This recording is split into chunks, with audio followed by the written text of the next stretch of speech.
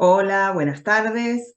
Estamos compartiendo esta mesa número 11 en el Congreso número 11 de la Asociación Argentina de Teatro Comparado, este Congreso argentino internacional que se manifiesta plenamente en esta mesa con compañeras de Argentina y compañeras de Chile.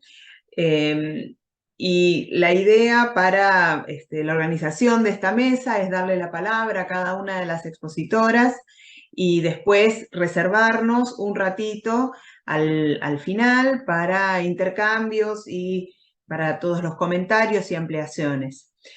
Como esta es una mesa grabada, también se van a poder hacer esos mismos comentarios o quien la escuche en diferido y quiere intervenir, el canal de YouTube deja habilitados los comentarios para lo que cualquier espectador o espectadora quiera manifestar respecto a estos trabajos. Faltan unas compañeras que van a entrar un poquito más tarde, pero vamos a tratar de seguir el orden del programa. Y por lo tanto vamos a arrancar dándole la palabra a Mirna Ruth Martínez de la Universidad de Panamá con el título de su trabajo, El teatro latinoamericano y su influencia en las nuevas generaciones. Bienvenida, Mirna, te escuchamos. Muchas gracias, saludos a todos acá desde Panamá, también está lloviendo acá. Muy contenta, feliz de estar nuevamente compartiendo con Argentina, con un tema muy especial, y un tema muy especial que surge a raíz de un video que vi, de un video que observé, donde se hacía una encuesta de los estudiantes y le preguntaban sobre los escritores latinoamericanos y no supieron responder. Entonces, de allí me senté y escribí lo que era el tema de la ponencia, el teatro latinoamericano y su influencia en las nuevas generaciones. Se ve bien, ¿no? Ok, saludos a todos. Es la profesora Mirna Martínez del Departamento de Arte Teatral de la Facultad de Bellas Artes en la Universidad de Panamá. Estamos situados justamente en la ciudad de Panamá. El teatro latinoamericano, considero que como docentes de arte teatral debemos manejar la cronología de la historia del teatro, ¿sí? Y enseñarla a los estudiantes que están iniciando la carrera.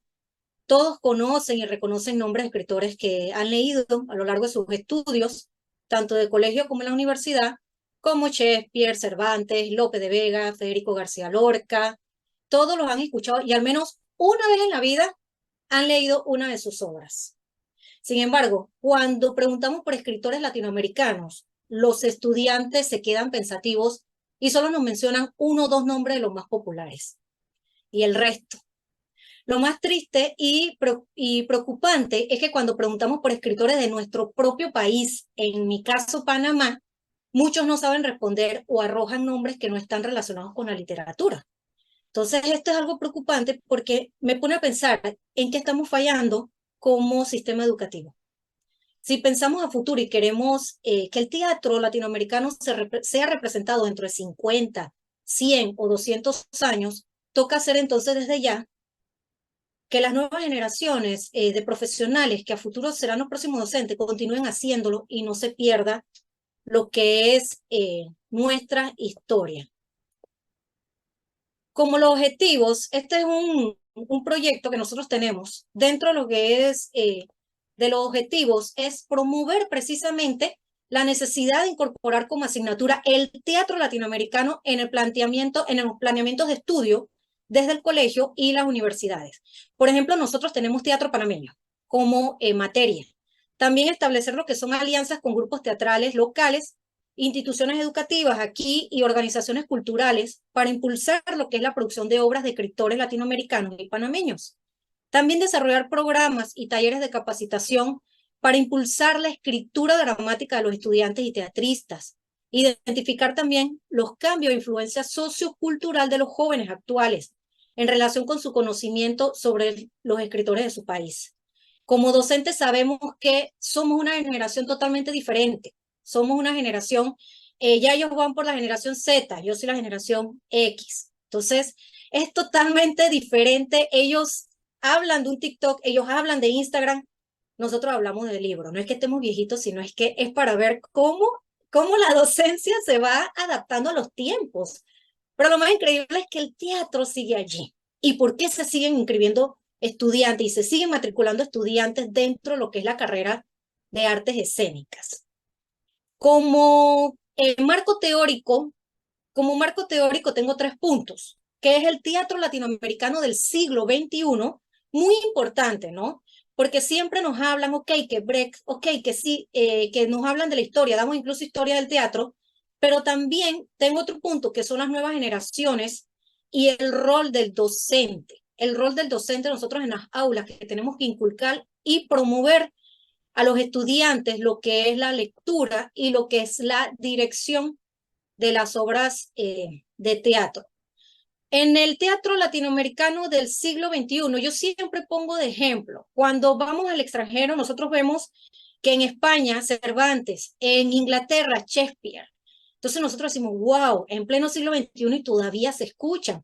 Queremos también que ya cuando nosotros no estemos, que vengan las generaciones, dentro de 100, 200 años, también se siga escuchando un escritor de nuestros países. También como las nuevas generaciones están con las redes sociales, las nuevas generaciones no te leen un libro, no te leen directamente un libro, sin embargo te ven una serie por YouTube, por ejemplo.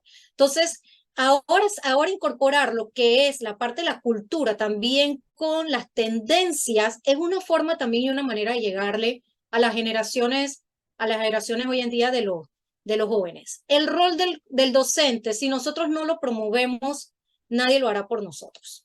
También inculcarles a que se arriesguen. Por ejemplo, a veces creemos que si montamos una obra que sea un clásico, como le llamamos, a lo mejor no la vamos a vender.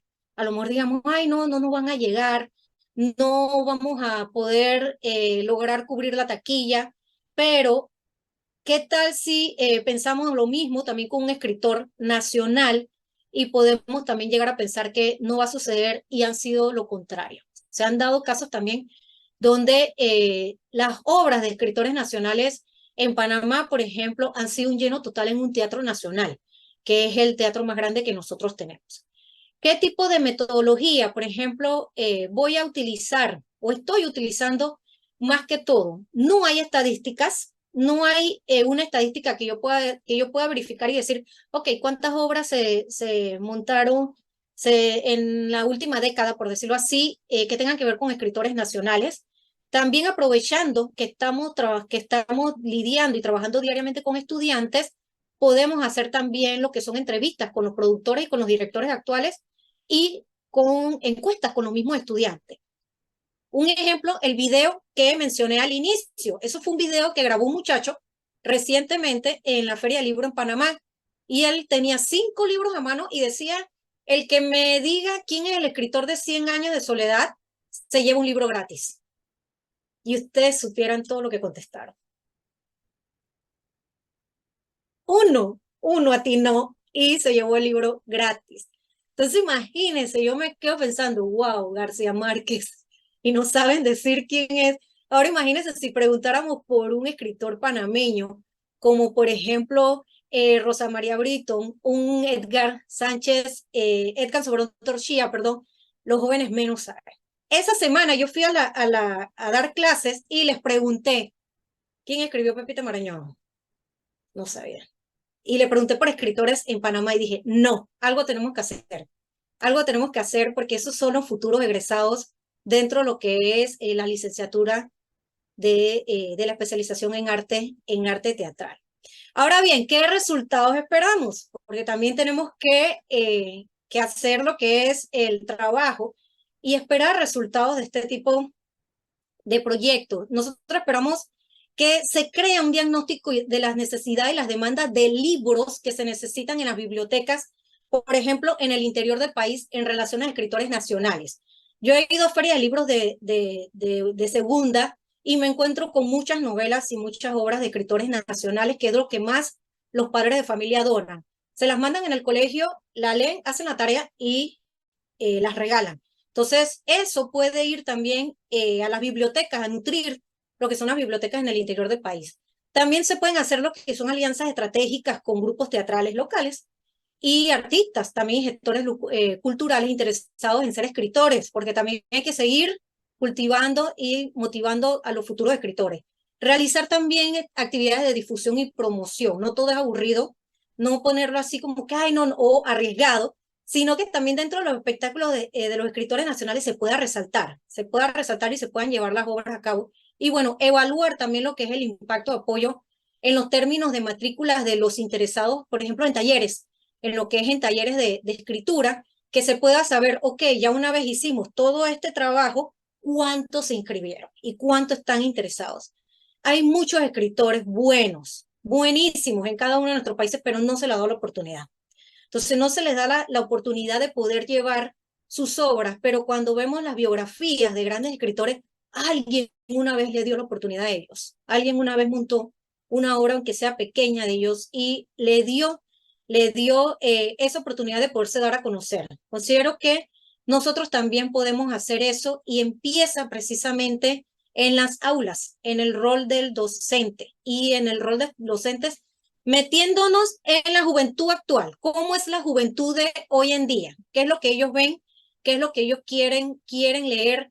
Y diciéndole que no todo es aburrido. Con esto termino y muchas gracias por la oportunidad.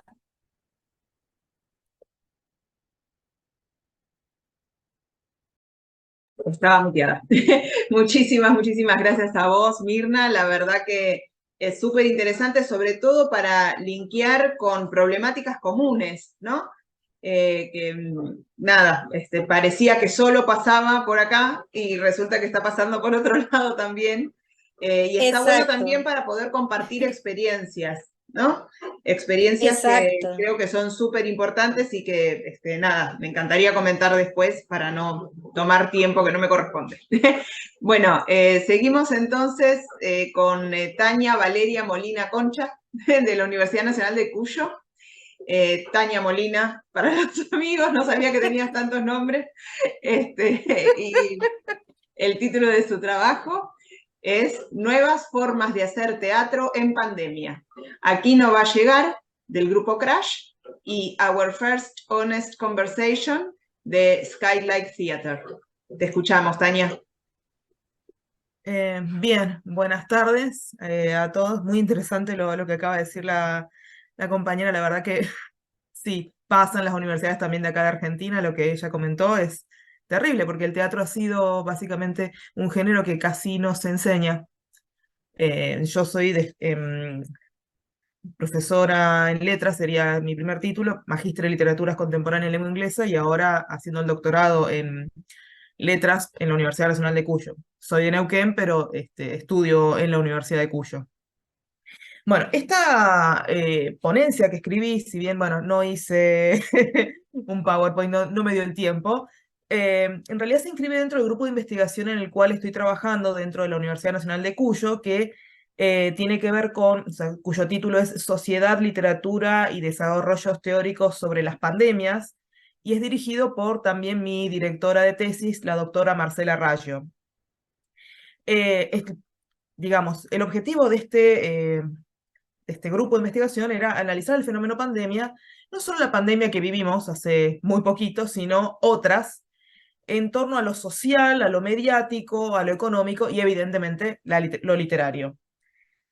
En ese entorno o en ese marco, surgió justamente un inconveniente. Digamos, la pandemia provocó que todas las actividades fueran afectadas, pero en particular justamente las actividades culturales.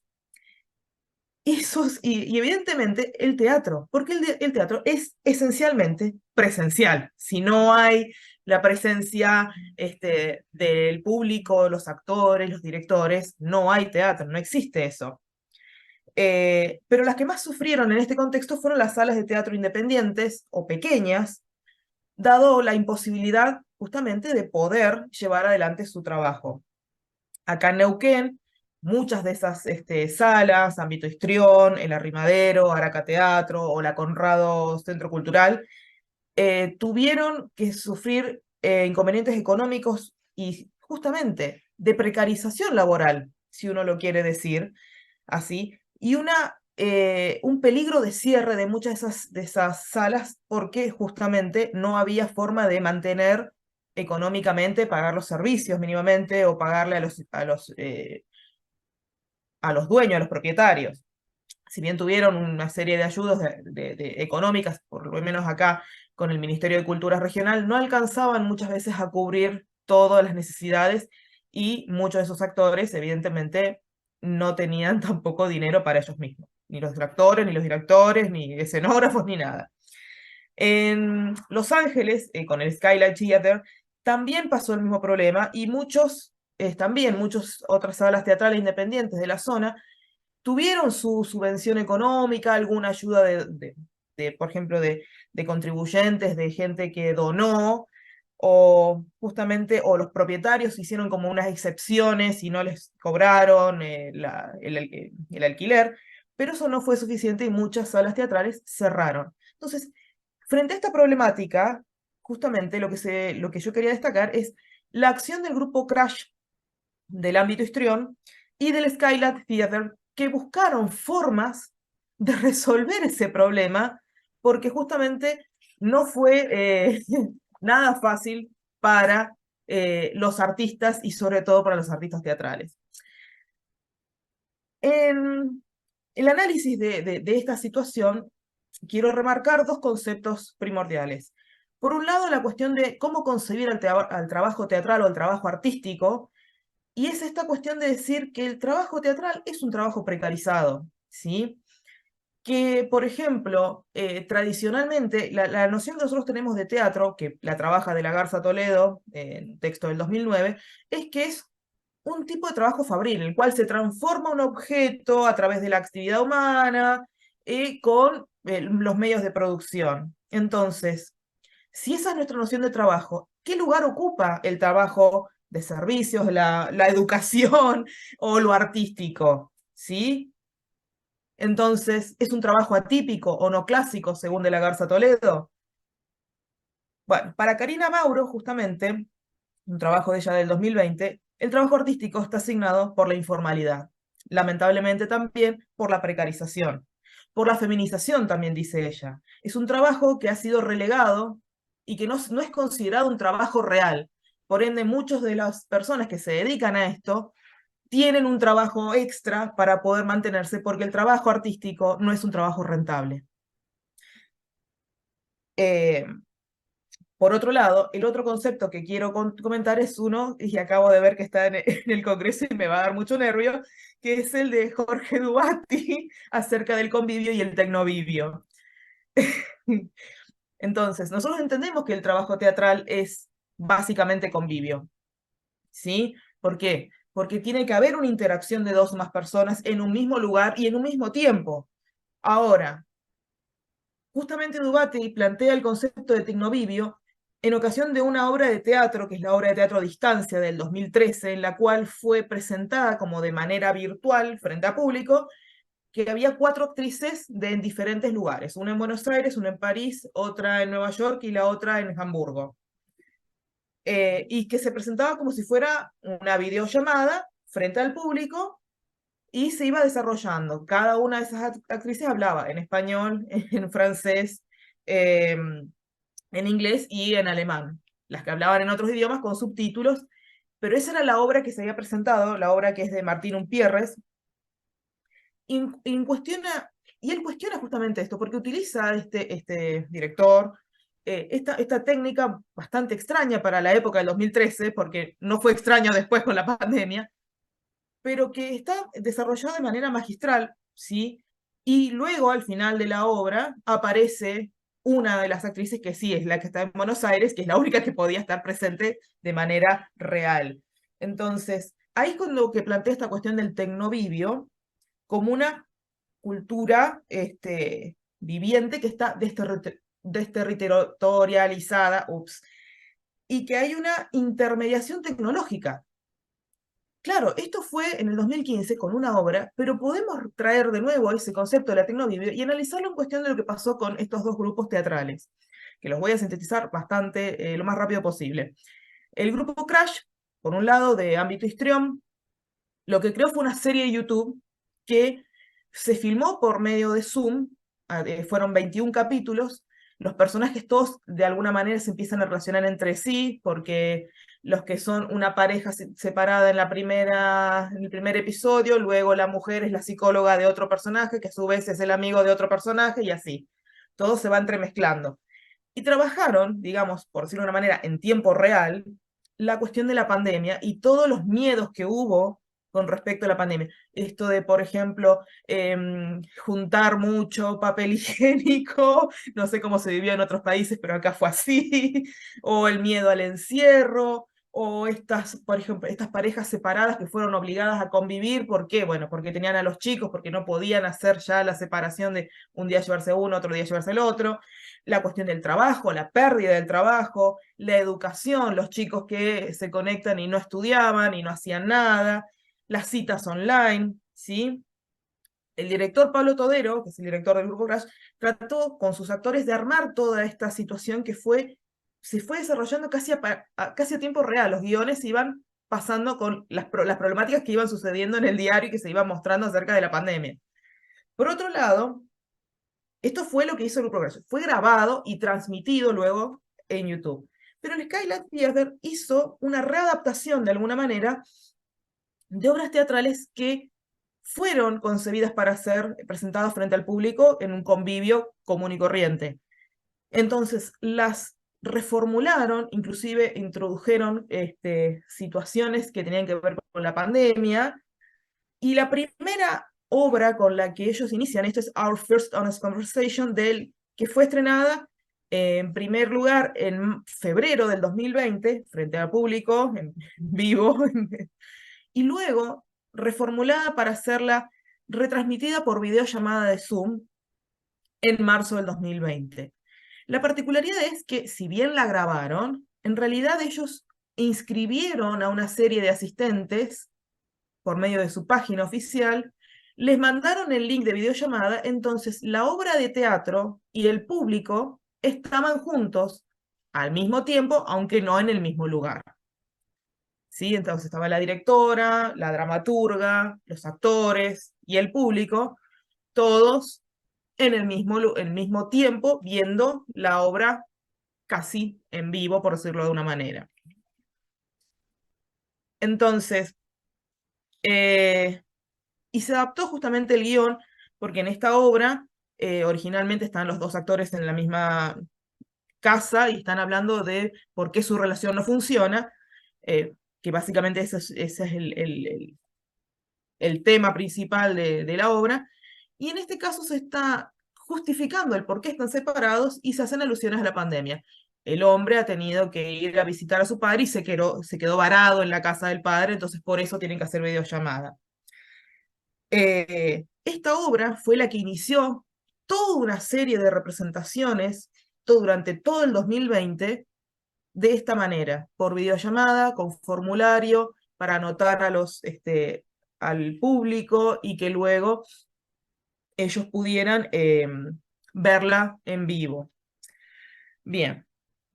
Y tiene una secuela que es del 14 de mayo del 2020, que es Our Second Honest Conversation. Sí.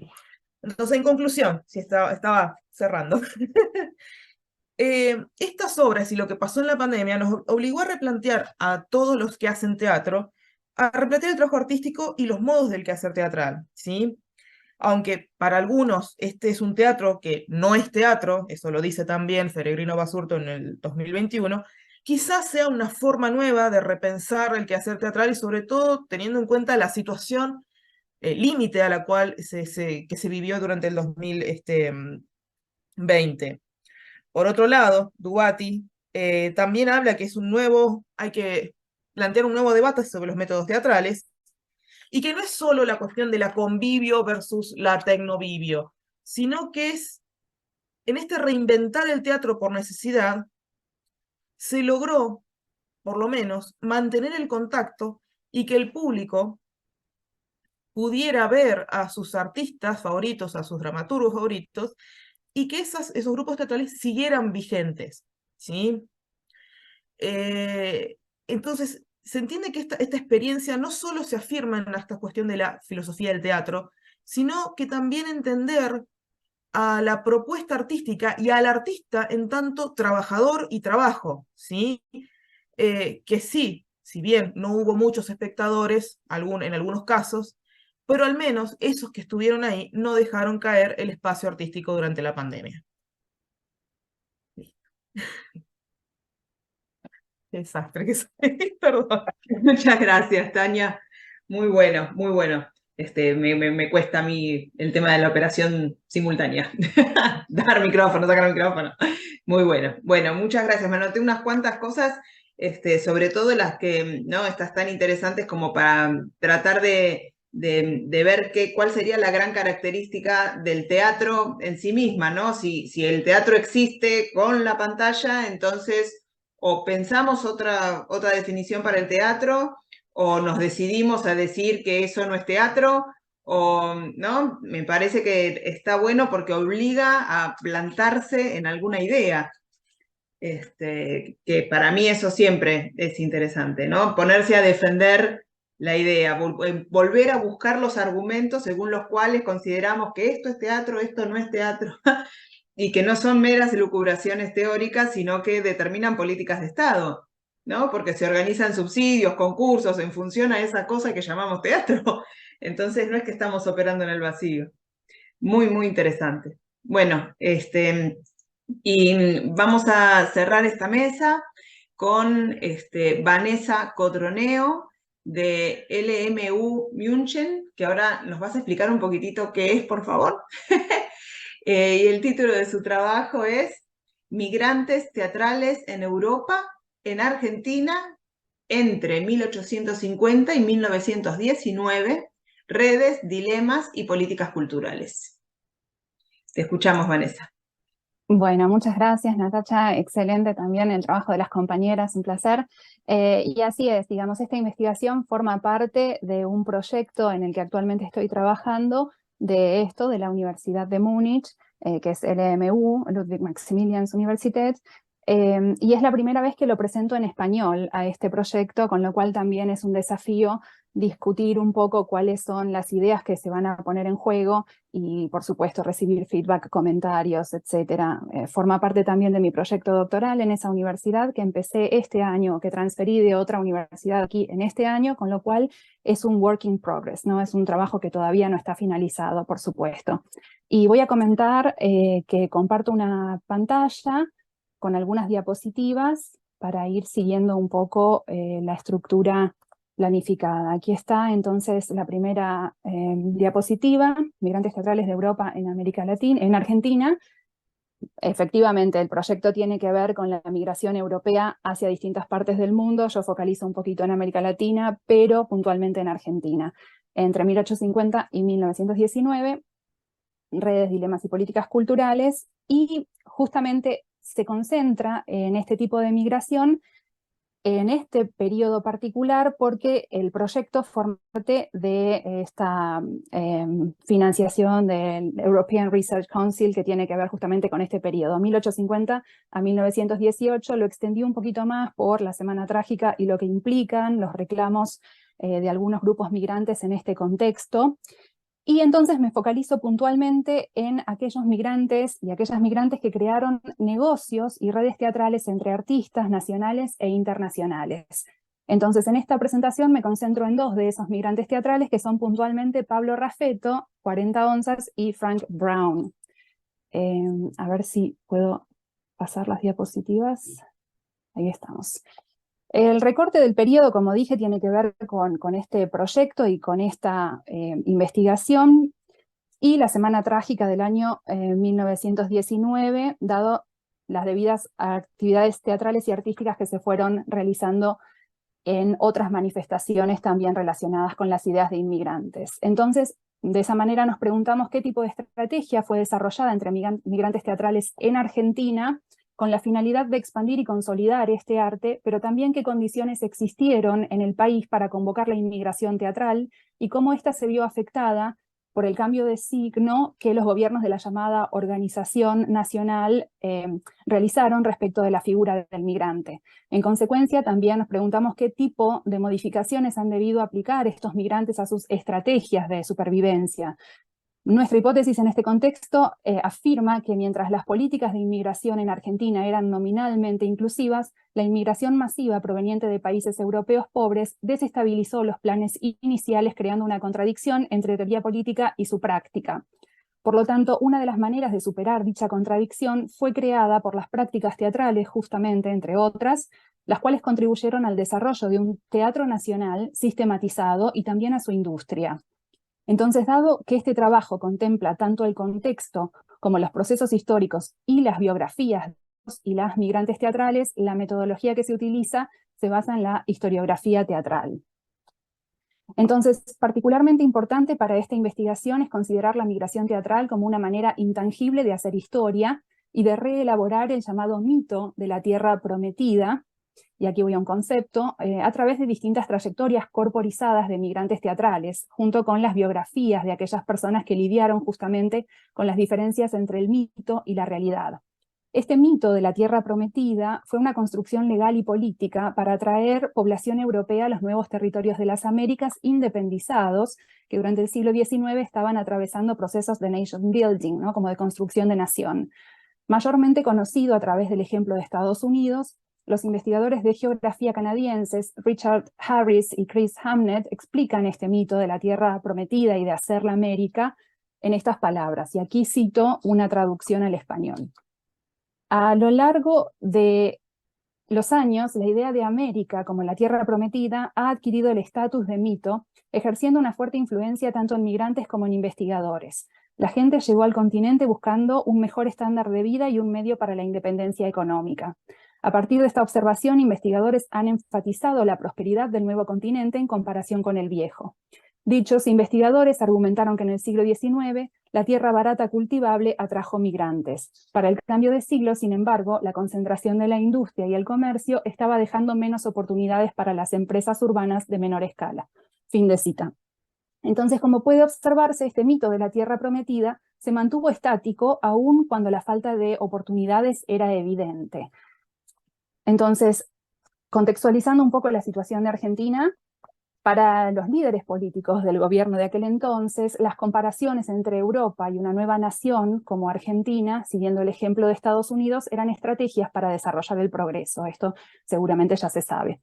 Para intelectuales como Sarmiento, por ejemplo, la frase conocer es comparar era crucial, dado que suponía que la experiencia de conocer otras regiones y continentes podía incrementar el conocimiento en el territorio propio. Además, el autor afirma en Facundo, que el mal que aqueja al país es el desierto, y de ese modo coincide con la idea de Juan Bautista Alberti de justamente que gobernar es poblar. Entonces, por estos motivos puede afirmarse que la migración europea era una política oficial de los países de las Américas, particularmente de Argentina. Entonces acá tenemos la Ley de Inmigración y Colonización de 1876, que establecía que cada persona libre con el deseo de ingresar y trabajar en Argentina tenía el permiso para hacerlo. Particularmente el artículo 12 señala que, y aquí cito, subraya justamente la aceptación de este tipo de migrantes, y aquí cito que es el migrante que se acepta, ¿verdad? Todo extranjero, artesano, industrial, agricultor o profesor que siendo menor de 60 años y acreditando su moralidad y sus aptitudes, llegase a la República para establecerse en ella, en buques a vapor o vela, pagando pasaje de segunda o tercera clase, o teniendo el viaje pagado por cuenta de la nación, de las provincias o de las empresas particulares protectoras de la inmigración y la colonización. Fin de cita. Entre aquellos migrantes y aquellas migrantes había artistas teatrales, y acá viene el punto del teatro justamente, que el proyecto Teen Migrants, este proyecto en el cual estoy trabajando, denomina migrantes teatrales. Y de acuerdo con la profesora e investigadora Verónica Szymanski-Dul, aquí cito, entre los muchos migrantes que marcharon a países y continentes nuevos y extranjeros, había numerosos profesionales teatrales, incluyendo actores y actrices, bailarines, cantantes, artistas, pero también managers. En lo sucesivo son llamados migrantes teatrales. ¿Sí? Esta es una traducción del alemán en original, pero ahora en español. Y aquí aparece uno de los migrantes teatrales con los que estoy trabajando, por eso se llama Theater Migrant, y es Pablo Raffetto, que escribió un importante capítulo en la historia argentina. Lo conocen probablemente por 40 onzas también. No solo creando sus propios espectáculos y shows, y de ese modo contribuyendo a la industria teatral argentina, sino también fundando espacios teatrales que le dieron forma al plano urbano de una capital cultural emergente como la ciudad de Buenos Aires. Una pequeña mención de su caso de migración, por ejemplo, exhibe una diferencia entre los migrantes teatrales que ya tenían un conocimiento o una profesión o experticia y los jornaleros promedios de los que hablábamos antes. Raffetto, en su caso, dejó el puerto de Génova junto a su esposa y llegó a Buenos Aires en barco en el mismo año. Esta forma de movilidad en barco era la usual, obviamente, para ingresar desde Europa a Argentina, por lo que los registros de su ingreso se encuentran bien documentados en archivos nacionales argentinos. Pero la diferencia que comentaba radica en que Raffetto no se hospedó en el hotel de inmigrantes, como la mayoría de los recién llegados lo hacían, de acuerdo con la política nacional, sino que decidió quedarse en el hotel marítimo, por lo cual pagó extra. Esto nos permite asumir que Raffetto llegó a la Argentina directamente a establecerse como un hombre de negocios teatrales. Bueno, acerca de su partida, un investigador que ha focalizado bastante en esta figura, el profesor Raúl Castañino, indica que el mismo Raffetto, en un diálogo con un periodista, recuerda, cuando partió de Italia, que dijo: adiós Génova, quién sabe si podré verte otra vez. Y no lo logró, digamos, no volvió a Génova, a diferencia de este otro migrante teatral, que es Frank Brown, el inglés, quien ha realizado varios cruces de un continente al otro. Entonces, aun cuando esta ruta transatlántica por mar era la más habitual para migrantes teatrales que llegaron a Argentina durante este periodo, sobre todo desde Italia y España, estos países pobres de Europa, se ha encontrado alternativamente otro caso, y se trata de Frank Brown, el clown inglés, quien realizó también valiosas contribuciones al teatro sudamericano, pero que ingresó a Argentina vía terrestre. Su ingreso al país, a diferencia del caso anterior, no está registrado ni claramente documentado, según las informaciones provistas en la base de datos del Centro de Estudios Migratorios Latinoamericanos, y según expertos en el campo como el director del Museo de la Inmigración Argentina, el señor Sergio Sampedro. Entonces, la manera en la cual Frank Brown ingresó a la Argentina, luego de una larga gira de 8 años a través de las Américas, nos permite observar que este migrante teatral no ha tenido las mismas razones que algunos otros del período, referida antes como el deseo de hacer la América, sino quizás una decisión personal de permanecer en una ciudad que le ofrecía nuevas oportunidades para su arte, nuevas redes y una creciente y constante emergente industria teatral, la cual Raffetto indudablemente contribuyó a consolidar. De hecho, Raffetto era quien contrató a Brown y a la familia Podestá, entre otros, pero bueno, yo me focalizo en los migrantes europeos.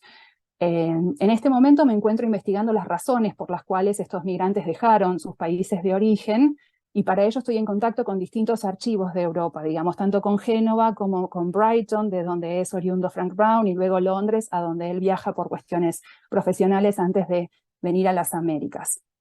Entonces, en una perspectiva comparada, surgen algunas diferencias al considerar que el gobierno argentino estaba esperando inmigrantes provenientes de Gran Bretaña y de los países de Europa del Norte para trabajar en la industria ferroviaria, por ejemplo, razón que explica por qué difiere la imagen de los dos migrantes. Aun cuando Raffetto era un hombre de negocios que contrató a Frank Brown en su politeama argentino junto con la familia Podestá, como dijimos, la élite intelectual de Buenos Aires celebró las presentaciones de Frank Brown con reseñas, soporte financiero y comentarios laudatorios, mientras que Raffetto debió redoblar el esfuerzo y solo fue reconocido por la élite intelectual criolla a comienzos del siglo XX. A esto es lo que denominó de alguna manera batallas por la legitimación. Y voy a citar a Anna Cara Walker en una definición de la situación y la migración. Los intelectuales argentinos expresaron descaradamente su decepción por los tipos y clases de los recién llegados, de los cuales la mayoría no pertenecía a la raza nórdica. Multitudes de italianos cuyo nivel cultural bajo Sarmiento no consideró ninguna mejora apreciable sobre la atrasada población española y mestiza, ocuparon las tierras. De hecho, Argentina se volvió temporalmente europeizada, pero sin beneficio de la noción elitista de civilización. Fin de cita. Aquí en la diapositiva vemos también dos imágenes de archivo. A la izquierda, una imagen de Raffetto haciendo sus piruetas circenses, porque también se dedicó al circo, una imagen del archivo fotográfico del Instituto Nacional del Teatro, y a la derecha, una imagen de Frank Brown, del archivo digital del Instituto Iberoamericano de Berlín, Iberoamerikanische Institut, de una entrevista en Fraimocho de 1912. Entonces, esta es la diferencia que digo en relación a las batallas por la legitimación. Sarmiento escribió en el periódico El Censor, describe al clown como el más espiritual y simpático que pueda existir. Por supuesto, también hace una descripción de la fisonomía de Frank Brown. También es este actor inglés admirado por Rubén Darío y amigo de figuras como Carlos Pellegrini, Leandro N. Alem, etc. En el caso de Raffetto, en cambio, como comentaba, los comentarios científicos o más serios aparecieron recién hacia el inicio del siglo XX, y de esta manera Raffetto lo que tuvo que realizar es una especie de estrategia de supervivencia en esta batalla por la legitimación que consistía en practicar el cocoliche. Por lo tanto, el cocoliche no es solo un personaje teatral, sino también una estrategia de la realidad de este hombre que se vestía con un poncho, o que en una frase muy famosa, cuando tuvo que cancelar una función un domingo, dijo: se viene una tormenta de la Gran Siete, utilizando un lenguaje coloquial propio de los argentinos y criollos, ¿verdad? Entonces, de esta manera pudo integrarse a la sociedad argentina, y como dice nuevamente Kara Walker, aquí cito, fue precisamente esta imitación de los nativos por los extranjeros, junto con la mímica de los extranjeros por los nativos, lo que sentó las bases para la improvisación del personaje cocoliche. Exactamente se trata de esto, una especie de mixtura entre la escena y la realidad. Y aquí nuevamente dice: el personaje cocoliche no era ni gaucho ni italiano, y al mismo tiempo era los dos. Al adoptar y adaptar los estilos y formas argentinos, cada uno podía finalmente sentirse criollo. Fin de cita. De esta manera, entonces, la élite de Buenos Aires, que no reconoce todavía a Raffetto, empezará a reconocerlo a partir del siglo XX. Sin embargo, su audiencia le entrega una medalla por su participación y por haber ganado frente a una batalla contra un francés, Ceferino Capdevila, y lo menciona como el Hércules italiano Pablo Raffetto, ¿verdad? Una forma de legitimar, también esta presencia de la comunidad italiana en Buenos Aires. Y para concluir, vamos a señalar que entonces a lo largo de esta exposición hemos presentado dos migrantes teatrales que vinieron a Argentina durante el siglo XIX para formar parte de la cultura local, y dado que el mito de la tierra prometida se derrumbó cuando la integración de los migrantes se tornó más compleja de lo esperado y las autoridades oficiales expresaron decepción por la inmigración recibida, profesionales teatrales encontraron la manera de establecer un diálogo intercultural mediante la cooperación artística, lo cual llevó a una nueva identidad cultural argentina. Los dos ejemplos de Pablo Raffetto y Frank Brown exhiben cómo ellos eran considerados por la cultura argentina de élite y popular, y de ese modo cómo la inmigración europea continuó sosteniendo la pregunta sobre la identidad nacional argentina durante aquellos años y los siguientes. Muchas gracias. Muchísimas gracias, Vanessa. A ver si me sale. Ahí me salió. Muchísimas gracias, Vanessa. La verdad que buenísimo, porque hay poco trabajo hecho. No es que no haya ninguno, pero hay poco trabajo hecho sobre investigaciones nuevas, con nuevos aportes sobre el teatro argentino del siglo XIX, ¿no? La verdad que no es exactamente un nicho vacante, pero como un gran maestro de nuestra facultad siempre dice, parece que la historia hubiese empezado hace 15 años, porque la gran mayoría de las investigaciones trabajan sobre teatro reciente, ¿no? Así que la verdad que es un hermoso, hermoso aporte. Yo recuerdo, por supuesto, a la gran Beatriz Seibel, de quien primero leí las referencias a estos dos grandes teatreros. Y bueno, por supuesto, al diccionario, al famoso diccionario de Perlas Sayas de Lima, que son como las grandes referencias, más allá de los estudios teatrales de Castañino y de otros grandes investigadores sobre todo de la década del 60, 70 en Argentina, pero el siglo XIX quedó como un nicho vacante. Es muy, muy extraño este fenómeno, ¿no? En la construcción de la memoria parece que la memoria arranca en los últimos 15 años. Así que la verdad que es buenísimo este estudio que vos estás haciendo. Bueno, en principio, obvio, felicitar a la mesa y nada, un placer estar acá. Yo me anoté unas cuantas cosas para preguntar que tengo, o para pedir, en realidad, comentar cosas que ustedes me despertaron. Para mí, lo más interesante en esta unión de trabajos tan eclécticos tiene que ver con la posibilidad de organizar y ampliar cada vez más una cartografía del teatro latinoamericano, ¿no? Nosotros nos escribimos bastante poco a nosotros mismos y, como decía Mirna, conocemos más el teatro de los países centrales que de estos otros países que tenemos más a mano y que los tenemos más unidos, sobre todo por el lenguaje y la cultura, y esto tiene que ver en parte, creo yo, con los procesos de difusión del conocimiento y de las artes, ¿no? Que es como nuestro talón de Aquiles. Y a mí por eso me gustan mucho estos encuentros, porque lo que permiten es armar nuevas cartografías para nuestros teatros.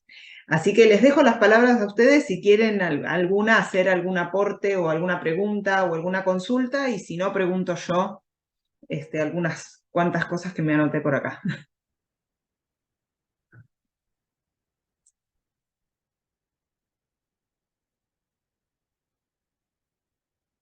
¿No? Arranco yo con Mirna, que me parece muy interesante esta inclusión en la pedagogía, ¿no? Y de la manera con la cual pensás el teatro, que, bueno, como Tania en parte decía, por lo menos acá en Argentina, el teatro hasta hace muy poquito se pensó como como una nota al pie de las cátedras de literatura, de la materia lengua y literatura, o prácticas del lenguaje se llama ahora en la escuela primaria, ¿no? Y de hecho, las maestras de literatura, a las maestras de literatura se les habilitó en la educación formal, en la escuela primaria y secundaria, a dar clases de teatro. Que para quienes somos teatreros y teatreras, la verdad que decimos, no tiene nada que ver, las mandaste a la boca del tiburón mal. ¿Cómo hiciste eso? Tu formación en el campo de las letras no te da necesariamente herramientas para trabajar en el campo del teatro. Pero bueno, eso tiene que ver con plantear las diferencias, ¿no? Y lo que sí aparece, me parece, y me gustaría que comentaras cómo es ese proceso por aquellos pagos, pero en esto, digamos, ese aspecto lo tiene negativo, pero tiene un aspecto positivo, que es el plan de promoción de la lectura que nosotros tenemos desde el Ministerio de Cultura y que facilita ejemplares gratuitos para todos los estudiantes de escuelas primarias y secundarias, esto es hasta los 18 años, ¿no? Sería la educación formal obligatoria que tenemos en el país, y ese plan de promoción de la lectura va renovando su bibliografía. En donde permanecen algunos autores que hace un montón que están en catálogo, con otras incorporaciones más novedosas, ¿no? Horacio Quiroga, María Teresa Andrueto, Julio Cortázar, van y vienen diferentes gentes de letras. Los menos son los teatreros, pero aunque sea, hay una reivindicación de la literatura nacional que aparece por la vía de esta manifestación institucional, ¿no? Digo, concretamente, el Ministerio de Cultura y el Ministerio de Educación poniendo plata para derechos de autor y libros gratuitos para los estudiantes. Entonces quería saber cómo funciona eso en Panamá. Acá en Panamá, bueno, acá en Panamá también existe el Ministerio de Cultura y el Ministerio de Educación. Hay una materia que se llama, hay dos materias, Bellas Artes y Expresiones Artísticas, que se dan en los colegios. Pero parece mentira, todas las obras las mandan a leer solo la cátedra de español, lo que es la materia de español. O sea, mira qué interesante, qué interesante. Sí hay escritores nacionales, que han logrado tener la aprobación de que su obra esté incluida dentro de lo que es el programa, Hasta hace unos años habían unos directores, productores en Panamá muy interesantes, porque lo que hacían era que, como sabían, por ejemplo, que en cuarto o en quinto se iba a leer una de las obras de Rogelio Sinan, por ejemplo, de escritor nacional, lo que hacían eran que montaban la obra, llevaban la obra y vendían las obras, las obras a los colegios. O sea, era una manera de generar también, de producir, de generar. Y yo confieso que así fue como yo conocí el teatro cuando estaba en el colegio, porque fui a ver precisamente una obra de teatro al Teatro Nacional teniendo 17 años, 17 años, entonces estaba todavía por escoger qué carrera estudiar, no sabía que estaba la carrera de Bellas Artes en la facultad y así fue como después ya me fue interesando. Entonces sí considero que los colegios, por ejemplo, los colegios es el semillero donde nacen los nuevos artistas, donde nacen los escritores, donde nacen todas las profesiones. Entonces hay que inculcarlo mucho más es en la parte de los colegios para que ya esos muchachos cuando lleguen a la universidad, porque no todos se van a dedicar a la carrera profesionalmente. Hay muchos productores y directores que, como sucede acá en Panamá, a veces los papás le dicen tienes que estudiar una carrera normal o tienes que estudiar otro tipo de carrera y han estudiado arquitectura, estudian ingeniería, estudian otras carreras, pero se dedican también a lo que es la parte del teatro. Entonces, ese semillero es lo que hay que seguir inculcando, promoviendo a través de las ferias. Las ferias son muy buenas. Aquí hay una feria de libros que se da anualmente y también los festivales, lo que son los festivales y este tipo de intercambio precisamente como lo que estamos haciendo nosotros, porque es bueno nutrirse también con las culturas de los demás países. ¿Qué están haciendo en Argentina? ¿Qué están haciendo en Chile? ¿Qué está haciendo Panamá? ¿Qué están haciendo otros países? Y ya nosotros como docentes nos vamos con eso y lo compartimos. Oye, mira, aquí en Argentina están haciendo esto. Entonces los festivales también son muy buenos, pero sí hay que seguir inculcando la parte de los escritores nacionales, no solamente los que están en el plan de estudio, no solamente, por eso digo, hay muchos que son empíricos muy buenos también, que tienen mensajes muy buenos dentro de sus obras también, y hay que darle la oportunidad. Hay que darle la oportunidad y no solo verlos como que es un riesgo, no lo voy a vender, no voy a... No, hay que darle la oportunidad. Hoy en día hay tantas maneras de mercadear una obra, tantas formas que hace unos años no lo teníamos. Hace unos años no lo teníamos. Ahora con las redes es increíble todo lo que se puede manejar. Pero sí es muy similar. Para contestar a la pregunta, sí es muy similar al sistema en Argentina y creo que tenemos los mismos, como que los mismos, las mismas necesidades, en los enfoques que tenemos que ponernos, ¿no? Sí, sí, yo creo que si hay un trabajo que nos debemos, que venimos haciendo, ¿no? Todos los países en Latinoamérica desde hace por lo menos 20 años, pero que todavía nos debemos profundizarlos, es el establecimiento de redes, de redes de distribución de producción cultural, de redes de distribución de pensamiento científico, de intercambios, de festivales. Acá en los festivales internacionales, cuando se realizan festivales internacionales, llega muchos más elencos de Asia, de África incluso, o de Europa, que de países latinoamericanos, ¿no? O a veces, si va a haber un festival con países latinoamericanos, no es un festival internacional, es un festival latinoamericano. No es como si le bajaran la categoría, no sé muy bien cómo explicarlo, ¿no? Y que también aparece en el pensamiento elitista de los espectadores. En el medio del festival, si tienen que elegir entre una obra mediocre de Alemania o una muy buena de Bolivia, se van a la mediocre de Alemania. Hay algo del proceso de colonización cultural que nos impone un imaginario sobre las producciones artísticas, ¿no? Creo que es muy interesante seguir pensándolo y seguir aceitando estos canales por lo menos de compartir experiencias con, obviamente, la voluntad de organizar políticas de Estado o políticas artísticas de intercambio y difusión. Porque acá en Argentina, la verdad, si vos me preguntás a mí, sin repetir y sin soplar, decime 3 autores contemporáneos de Panamá, no tengo ni idea. No sé qué están haciendo en Panamá hoy. No tengo ni idea. No sé por dónde pasa el teatro en Panamá.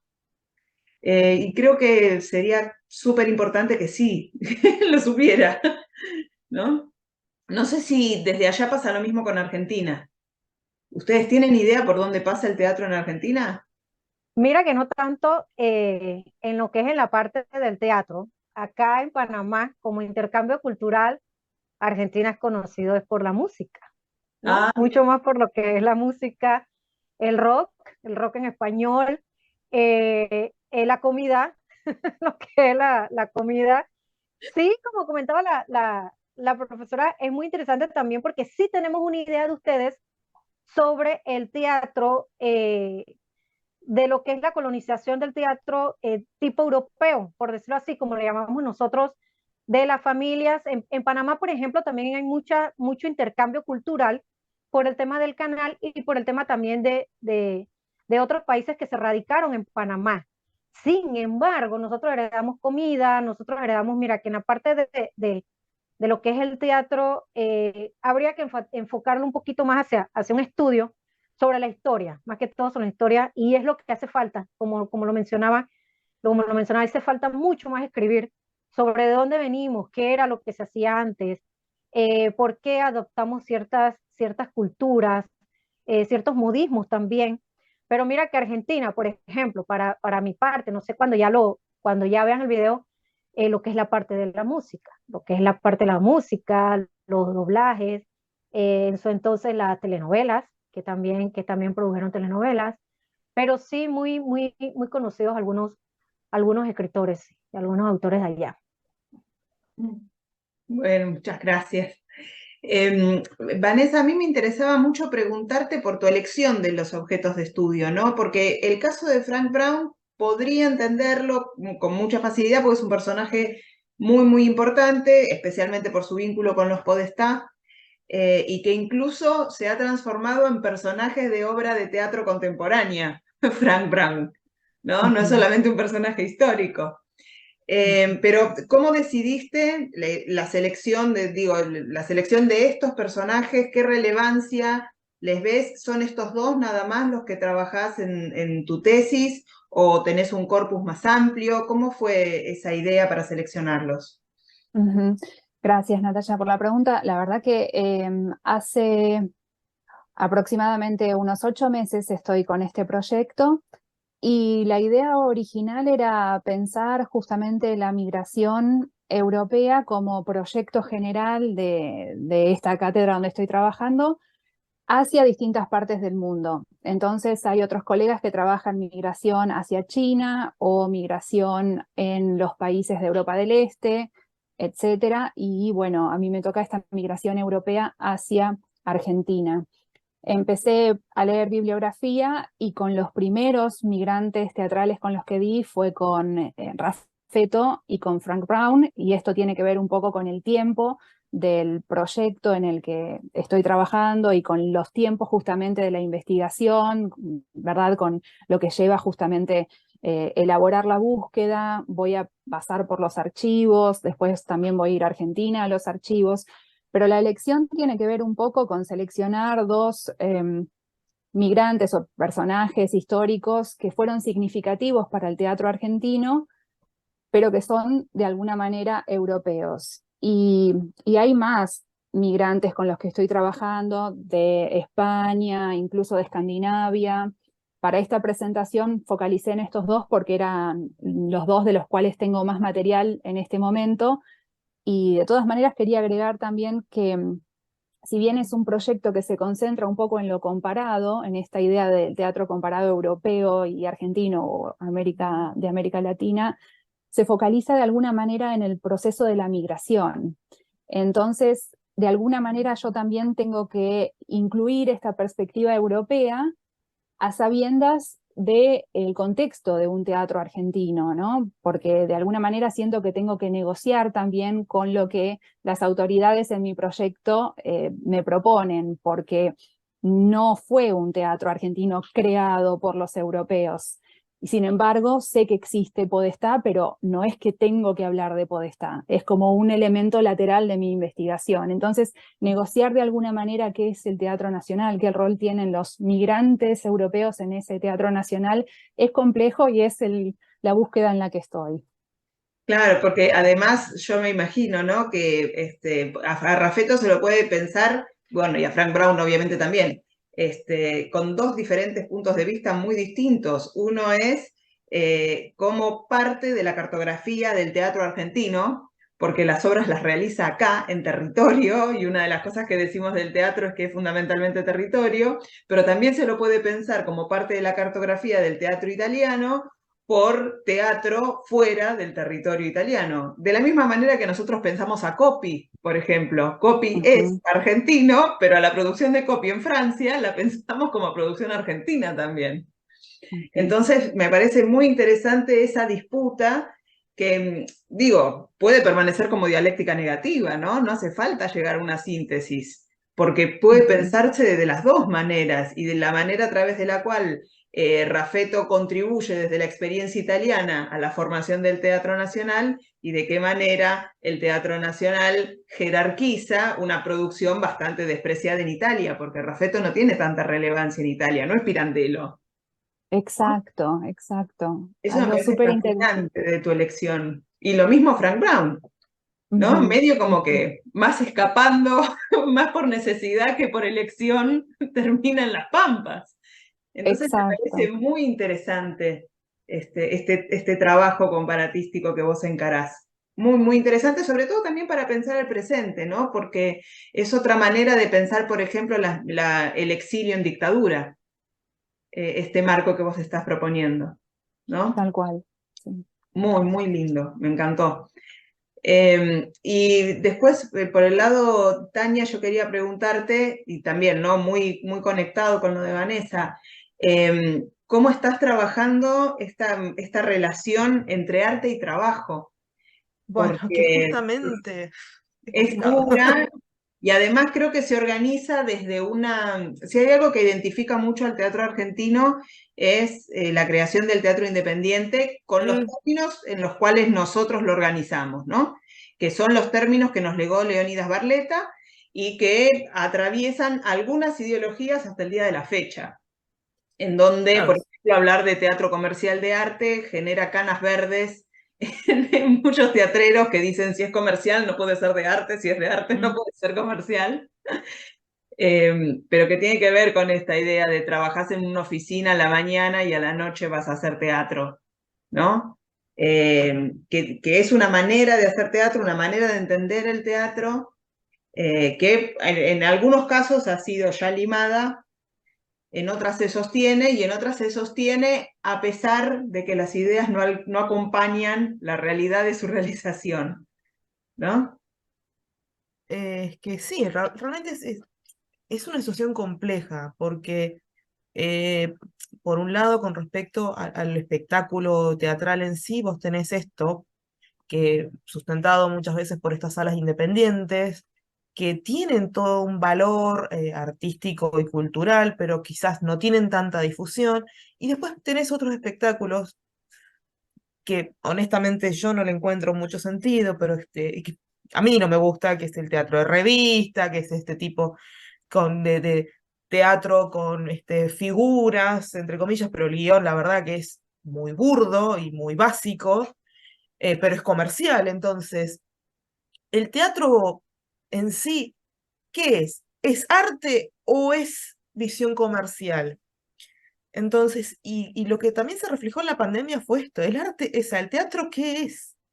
Y lamentablemente para muchas salas teatrales independientes, el teatro también se convirtió en un trabajo y una forma de subsistencia. eh, y al no poder hacerlo, se complicó muchísimo para todos.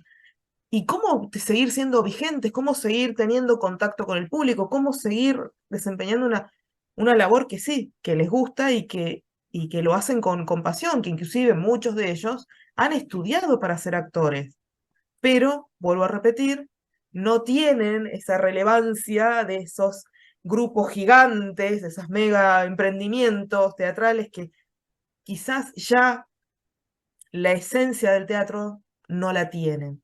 No tienen esa parte, como vos decís, lo artístico, es un producto comercial. Entonces, es lo mismo que si vos me preguntás, eh, ¿qué preferís? No sé, ver Tinelli o ver una obra de teatro en inglés de una sala teatral chiquita, de no sé dónde, de Alabama, y yo te voy a preferir la obra de teatro chiquita a ver un producto que es masivo, pero que no tiene un valor cultural alguno. Bueno, pero ¿qué es lo que también pasa o sea, si bien esto es parte de una investigación de un grupo, es lo que pasa con mi investigación propia que yo investigo sobre el teatro de India. no es un teatro que se vaya a hacer famoso a nivel mundial, no es un teatro canónico. Nosotros tenemos como también lo que pasa con lo que está investigando la profesora Martínez, es esta cuestión del etnocentrismo, de esto de que si viene de países del primer mundo, es válido. Si es está en otro idioma, pero un idioma así como culto, un inglés, un alemán, un francés, es mucho mejor que si estuviera en español. Y acá hay muchas salas pequeñas, sobre todo yo pensándolo en nivel Neuquén, que es donde resido, y que tienen obras interesantísimas y creadas por dramaturgos locales. Ni siquiera estamos hablando que está representando obras de teatro escritas, no sé, por algún dramaturgo más conocido. Y también esto de la cuestión de cómo visibilizar eso en la enseñanza, esto del teatro realmente como algo teatral, como algo artístico, no como algo teatral, como algo artístico. Y por otro lado, lo del trabajo. Lamentablemente, esto es así. Si es comercial, tienen mucho dinero, tienen ese único trabajo. Si no es comercial, lamentablemente muchos de nuestros actores en salas independientes son, no sé, oficinistas, profesores de alguna otra cosa, muchos son profesores de cualquier otra cosa en escuela media, en primaria. Entonces, ¿cómo interpretamos eso? Y a mí la duda que me sigue quedando y que tenemos que ver cómo se va a repensar es, ¿qué es este teatro que surgió o estas expresiones que surgieron en pandemia por medio de los medios tecnológicos? ¿Es teatro? No lo es. Hay que replantear el teatro, hay que replantear las formas de hacer el teatro. Y sobre todo con este antecedente previo a la pandemia del 2013 de esta obra a distancia. ¿Qué hacemos? ¿Replanteamos el teatro? Sí, no. ¿Hay convivio? ¿No hay convivio? ¿Es necesario? No lo sé. Yo no llegué a ninguna conclusión. Yo quedé ahí y dije, no lo sé. Alguien más grosso que yo lo va a saber. Quizás tengo mis manos puestas en Dubati porque lo tengo como un referente, pero no puedo decir yo qué se puede hacer. ¿Verdad que no? Mira, yo sé que vos vas a estar acá por la ciudad de Buenos Aires para tu otra ponencia, pero hay una obra que nosotros no incluimos en la programación del Congreso porque, bueno, hay una realidad y es que son 4 días, más de 4 horas no podemos poner, pero que se está dando en Timbre 4, donde vamos a ir a ver la misión de la familia Coleman, que se llama Próximo, en donde, no sé si ya la viste, es una obra un poco viejita de Claudio Tolcachier, pre-pandemia absolutamente, en donde trabaja esta problemática que vos decís de el tecnovivio y el convivio, pero al revés, ¿no? Si nosotros estamos en el Zoom, estamos juntos, pero separados por la pantalla. En la obra vas a ver, están juntos y separados por la distancia, pues son dos personas que conviven en el mismo espacio escénico, pero son diferentes espacios de la ficción. Es muy interesante para pensar las distancias, para pensar la relación entre convivio y tecnovivio, y creo yo el eje fundamental que organiza la diferencia entre convivio y tecnovivio, ¿no? Que es, nada, no, las quiero mucho, pero si les quiero dar un beso ahora para despedirlas de la mesa, no puedo. No las puedo tocar, no les puedo convidar un mate, ¿no? Creo que es muy interesante esa obra que te va a servir un montón y que nosotros no incluimos en la grilla. Así que bueno, Me sirve, la voy a anotar. es hermosa, la obra es hermosa. Vanessa querida, Tania, Mirna, un placer enorme tenerlas en esta mesa. Esperamos que el congreso que viene podamos compartir un mate y darnos un beso de despedida. Hasta luego. Muchas Hasta gracias. luego, muchas gracias. Muchas gracias, saludos a todos. Hola. La recepción del Gran Guiñol en el Río de la Plata. Este es un trabajo que se enmarca dentro de una investigación de tesis doctoral en curso. Bien, el Gran Guiñol es un género teatral que nace en París en los últimos años del siglo XIX. Su fundador, Oscar Métainier, era uno de los allegados de André Antoine y del teatro libre, hasta que decide seguir su propio camino cuando adquiere el teatro la sala de teatro de la calle, del callejón Chaptal. En ese momento se convierte entonces en un teatro de especialidad, en parte, es una prolongación de una práctica mundana erótica que consistía en representar pequeñas obras en las casas particulares. Agnès Pierron destaca el hecho de que no se trata de un teatro popular, no es un teatro para todo público, es un teatro de especialidad, es decir, un teatro para un público definido. En cuanto a la representación, responde siempre a la limitación del espacio en doble vertiente. Un escenario estrecho, un ambiente opresivo, un tono claustrofóbico, una situación sin salida, tal como el mismo callejón lo indicaba. E incluye en su nombre un componente que es a la vez naif y subversivo. La palabra guignol refiere a la marioneta tradicional francesa creada en 1804 por Laurent Murguet. Se inscribe en una línea de héroes populares devenidos justicieros. La palabra guiñol gana gran popularidad y se expande rápidamente. En Argentina, en 1902, se publica una revista de humor con ese mismo nombre, Guignol. Allí exponen una definición de François Coppée, que voy a citar en parte, y dice: desde mi lecho oigo los estallidos de alegría después de cada nuevo crimen y el ruido seco de los bastonazos sobre las cabezas de madera. Se presenta la gendarmería y Guignol acogota a los gendarmes. Cuando llega el magistrado, Guignol lo derriba sin compasión con el dorso de su palo y le asierra el cuello sobre el borde del teatro. El mismo verdugo y el diablo no pueden dominar al furioso. Durante el año 1910, dos compañías de Gran Guignol visitan el Río de la Plata. Primero la italiana, de Alfredo Zainati y Bela Storace, y luego la francesa, La Genuina, del Callejón Chaptal, dirigida por André Nérac. Ambas compañías son muy esperadas en las dos ciudades. No obstante, puede decirse, por un lado, que suscitaron más curiosidad en Montevideo por la cantidad de notas previas publicadas, y por otro, que obtuvieron más éxito en Buenos Aires por el tiempo en el que permanecieron en cartel. La compañía francesa permaneció 3 meses en continuo en cartel. El tiempo en que esta compañía francesa estuvo en Montevideo, que fue mucho más breve, fueron solo 2 semanas, coincidió con la visita del político francés Clemenceau, y sobre este tema vamos a volver más adelante. La crítica argentina se muestra entusiasta con la compañía italiana. El día que sigue al estreno, el 4 de abril, se elogia la elección de las obras y el orden en el que están dispuestas para crear un ambiente propicio y generar un efecto de tensión en el público. Es la prueba de la animalidad absoluta de la emoción colectiva, esa sala jadeante, temblorosa de espanto, porque una mujer llena de miedo puede morir en su presencia. Se refieren a Lui.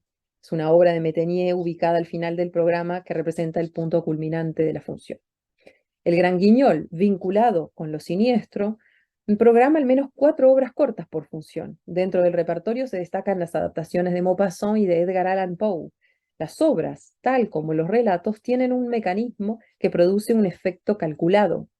Este ejercitar emocional resulta placentero para el espectador y provoca una erotización, ya que lo pone en situación de anhelo constante de una resolución frente a la tensión dramática. Para poder graduarlo, alternan obras ligeras de tipo comedia con una pieza dramática que es el momento más alto dentro del espectáculo. La crítica uruguaya de la revista Bohemia dice que el Gran Guignol representa una continua tentación para los pacíficos burgueses, que, anonadados por una vida tranquila en demasía, van a sacudir un poco sus nervios con la sucesión ininterrumpida de escenas de pesadilla que su existencia no les ofrece nunca. La crítica uruguaya se preocupa en contextualizar este nuevo género, en particular la compañía italiana Zainati Storace, aportando datos interesantes. Por ejemplo, su proveniencia de una compañía de comedia llamada Dei Cinque Brillanti, caracterizada por un repertorio realista ultramoderno, dice. A esta afirmación viene a apoyar una descripción elogiosa del tipo de actuación realizado por Bela Storace, de la que dice: no declama, sino que vive, tiene movimientos desenvueltos y mesurados, y habla de los pequeños y humildes dramas que representa y de sus humildes heroínas. Como puede verse, todos estos comentarios concuerdan con una actuación acorde al drama moderno, es decir, un desempeño de corte naturalista. También incluye el artículo el lema del Gran Guignol, que es el siguiente: aterrorizándoos, conmoviéndoos, haciéndoos reír, el gran Guiñol exhibe vuestras miserias y castiga vuestras culpas. Esto coincide con el concepto manejado por Agnès Pierron de exutoire, es decir, de descarga y consiguiente alivio manejado por ella, es de una serie de fantasmas y de miedos de la época. Sin embargo, pese a su buena disposición y al éxito de público que obtiene la compañía italiana, a los 2 días de estrenarse puede leerse una reseña crítica en La Razón que dice de una Lezione alla Salpêtrière que es una obra sin méritos literarios, así como habíamos leído en una reseña argentina en la semana anterior que decía: creíamos que el género guiñolesco había dado de sí todo lo que a punta de escabrosidades inmorales sin ninguna finalidad artística podía dar. Pero las obras que ayer puso en escena la compañía Zainati sobrepasaron los límites de las experiencias anteriores. Como vemos, las críticas son parcas, pero bastante herméticas. No entran en detalles y nos dejan en posición de especulación sobre qué aspectos serían objeto de condena. Por lo pronto, una característica que se repite en las obras de Guiñol es el hecho de tomar por escenario el hospital, la sala de operaciones, conspirando con la imagen forjada a lo largo de todo el siglo XIX del médico respetable, símbolo de autoridad. Como dijimos anteriormente, la visita del estadista Georges Clemenceau, político y médico francés, y su rechazo por el Gran Guiñol reafirma el carácter marginal e inconveniente de este teatro y puede explicar su escasa permanencia, en Montevideo. Lo que sucede es que hay un tema de derechos de autor. La compañía francesa del Gran Guiñol anuncia una obra del propio Clemenceau en el diario, y Clemenceau se comunica con el teatro y no quiere que se represente su obra, pero pese a ello, se representa igual. Con lo cual, en el diario aparece el descargo de Clemenceau que dice: no puede ser bien montada ni bien representada. Deseo dejar constancia pública de tales procederes de piratería, que desgraciadamente permite la falta de una ley sobre la propiedad literaria en la República Argentina. Así es que a partir de este incidente surge el interés por legislar la cuestión de los derechos de autor en Argentina.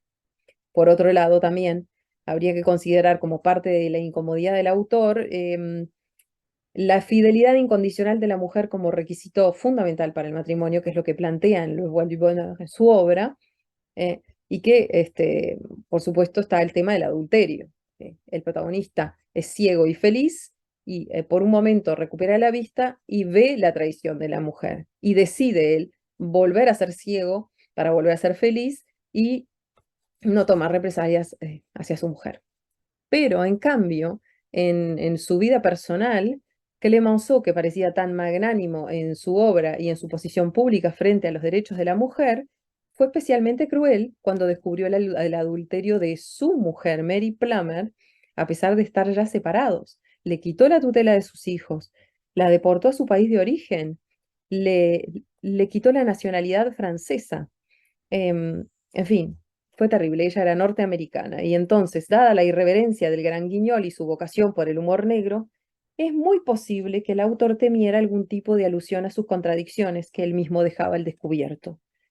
En su obra salta a la vista que el marido ciego es presentado como la gran víctima expuesto en su fragilidad, pero en la vida real sabemos que la gran víctima fue su mujer. Esto sucede, como dijimos, al final de la temporada argentina de la compañía francesa, ¿no? El éxito de la compañía, las compañías del Gran Guiñol, también se refleja en la emulación, en un intento de imitación local del género que tiene lugar en Buenos Aires a la semana del estreno de la compañía italiana.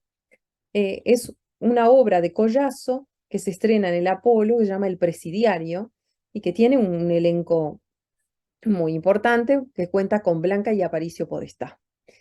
Pero la obra no tiene una buena crítica y en el diario dice lo siguiente, en La Nación, dice: el Gran Guiñol no puede confundirse con un episodio melodramático. El Presidiario es esquemático, sin base psíquica, no estudia, no analiza ninguna pasión. Esto no es Gran Guiñol. Es cierto que el tratamiento de la obra de Collazo es melodramático, aunque la situación planteada podría haberse ajustado al espíritu del Guiñol. Una noche en una casa burguesa, una madre se queda jugando al solitario mientras espera a su marido, y su hijo se apronta, reza, se va a dormir, todo en la misma habitación. Cuando el niño está dormido y todo está en calma, irrumpen 2 ladrones que amordazan a la mujer y la atan a la silla. Entonces comienza un larguísimo monólogo del delincuente injustamente condenado por el juez, marido de la protagonista. El tono es completamente melodramático y el final es feliz, reconfortante. No hay nada que subvierta el orden establecido y en esto reside la disonancia con el Guiñol. No hay rastros del humor negro, falta el distanciamiento de la ironía, en fin, estas características esenciales del Guiñol ausentes en la obra de Collazo son las que introducen en una dimensión metadramática. El Gran Guiñol es una de las múltiples formas del drama moderno, una emanación de la Belle Époque que moviliza un imaginario descarnado, urbano, policial, medicalizado. Aunque Uruguay accede muy pronto a las leyes sociales, es un país pionero en eso, también participa de este imaginario de la inseguridad y la delincuencia. Entre los dos siglos emerge un escenario de pauperización, la desconformidad, la lucha de los derechos sociales, los atentados anarquistas. Es un contexto de violencia del que muchos desearían mantenerse alejados. 2 días más tarde aparece otra crítica en el mismo espíritu que añade una advertencia. Dice, ir a buscar éxitos dentro del Guiñol equivaldría a consumar la destrucción del naciente teatro argentino. No hay autores, intérpretes ni público para hacer la tentativa. El triunfo de la compañía Zainati es derivativo de la moda. El Gran Guiñol puede constituir una amenaza, ya que posee una inmoralidad perceptible en su simpatía por el universo de Lampa, herencia del naturalismo, y lo aleja de las buenas costumbres burguesas. En efecto, los bajos fondos también son una preocupación en el Río de la Plata, como lo indica un artículo publicado en La Nación con ese mismo título, en el mismo periodo en el cual se encuentran las compañías de Guiñol. Ya que, como lo explica Dominique Khalifa, desde hace muchos siglos atrás, se produce el deslizamiento de la pobreza a la inmoralidad, con lo que se convierte al pobre en sospechoso y en culpable. El Gran Guiñol, como hemos dicho, refleja todo este imaginario urbano donde el pobre y el marginal constituyen una amenaza. En este sentido, interesa examinar la articulación entre la crónica roja exaltada y teatralizada por los diarios y la escena. El Gran Guiñol es un teatro que se caracteriza por mezclar los planos de realidad y ficción, instaurando una tensión entre estos dos campos, lo que podría llevarnos a considerarlo como liminal si tomamos en cuenta los pedidos de ayuda, la llegada de los bomberos, el dar una alarma general en la sala, todo lo que sea sembrar la duda en el público que eran prácticas habituales de este teatro. Estas irrupciones efectistas se encuentran en una zona compartida entre realidad y ficción. Pero si ampliamos el contexto respecto a los acontecimientos exteriores, puede encontrarse cierta sincronicidad, o al menos esta es una de las lecturas posibles. Durante la permanencia de las dos compañías de Gran Guiñol, tienen lugar unos incidentes dignos de mención, como un levantamiento del público, fruto de un cambio de programación por la suspensión del monólogo al cierre de la función en el Teatro Argentino, y también un atentado anarquista al Teatro Colón, donde explota una bomba entre 2 butacas. Mientras, en Uruguay, también se publica un reportaje sobre un crimen que es digno del Gran Guiñol y cuyo título dice así: El amor, las mujeres y la muerte, el drama erótico sangriento de anoche, un hombre enamorado, una mujer que apuñalea y un marido inocente. Escenario, el patio de una casa de inquilinato.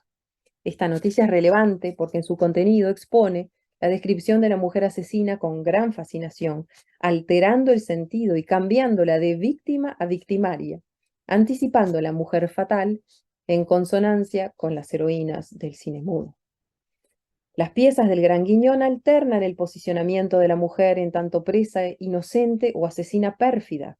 Hay un juego constante con las apariencias, con la inversión de roles que se aplica no solo a la mujer de doble naturaleza, sino a todas las situaciones de la vida moderna, favoreciendo el pasaje de lo cotidiano a lo siniestro, en nuevos escenarios propios de la vida moderna. De esta forma, plantean accidentes automovilísticos, accidentes ferroviarios, errores médicos, clubes de suicidas hastiados de vivir y enfermedades mentales ocultas. Aunque el género no haya prosperado en el Río de la Plata, creemos interesante analizar su breve incursión en esta región y estudiar los vínculos que su presencia nos sugiere. Bueno, muchas gracias.